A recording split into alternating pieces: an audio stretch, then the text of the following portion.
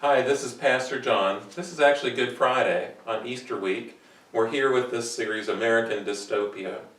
And if you hadn't realized, the cars are slower, traffic is slower on the roads, the stores are closed, things are just turned upside down.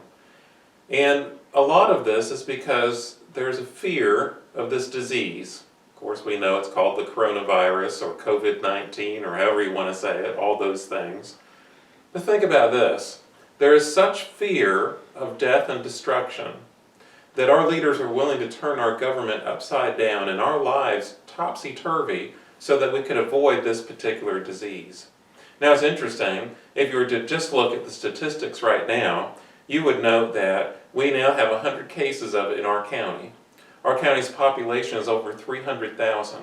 That means with all the efforts that were made, we now have 0.03% of our population that is confirmed to have the disease. There have now been 6 deaths here in this county. I'm not saying that's a small number or a big number or whatever it is. I'm saying we're so afraid that we would catch this disease and face death. But our Savior, as he approached Thursday night into Friday, he willingly faced death. He knew exactly what was coming, and he did not run away. In fact, as we read through scriptures, we see that there were really 2 events on Thursday night that were so important. The first one was, before sunset, they celebrated the Passover. But the second thing that happened, probably after sunset, was the arrest and the betrayal of Jesus. Jesus willingly faced death. Here is what happened in chapter 26 of Matthew. While he was still speaking, this is in the Garden of Gethsemane, Judas came, one of the 12, and with him a great crowd with swords and clubs from the chief priests and the elders of the people. Now the betrayer had given them a sign, saying, "The one I will kiss is the man, seize him." And he came up to Jesus at once and said, "Greetings, Rabbi," and he kissed him. You see, in the midst of all this, Jesus not only was willingly facing death, but a betrayal of one of his inner circle. As Judas came up and kissed him on the cheek, that was the signal to have him arrested with a mob, an angry mob with clubs and swords. And then, on top of that, all the other disciples ran away. And then, if you know the story, Jesus appeared before Caiaphas and the council, and listen to what happens at the end of this. Jesus remained silent. This is when they were bringing false witnesses to testify against him.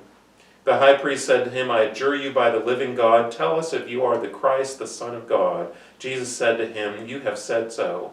But I tell you, from now on you will see the Son of Man seated at the right hand of power and coming on the clouds of heaven."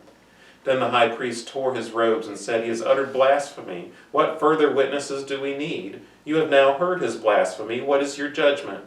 They answered, "He deserves death." Then they spit in his face and struck him, and some slapped him, saying, "Prophesy to us, you Christ. Who is it that struck you?" So here we are. We are practically asked to cower in our homes, afraid of a disease that might come. And it may or may not have serious repercussions on our health.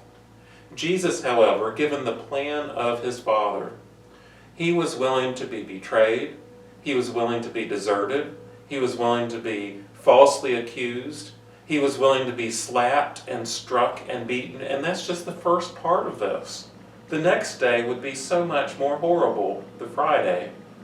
And yet, Jesus, willing to face death for us. Of course, you know the next little phrase, one of his closest friends and associates. The man who had said, "You are the Christ, the Son of the living God," that man too would deny 3 times that he even knew Jesus. Think of this as you go about your daily life today, knowing that yes, everything is upside down, topsy-turvy. You can't eat in your favorite restaurant. You can't go out to shop like you normally would. You can't enjoy some of the holiday experience you might have this weekend. But in one way, this is good.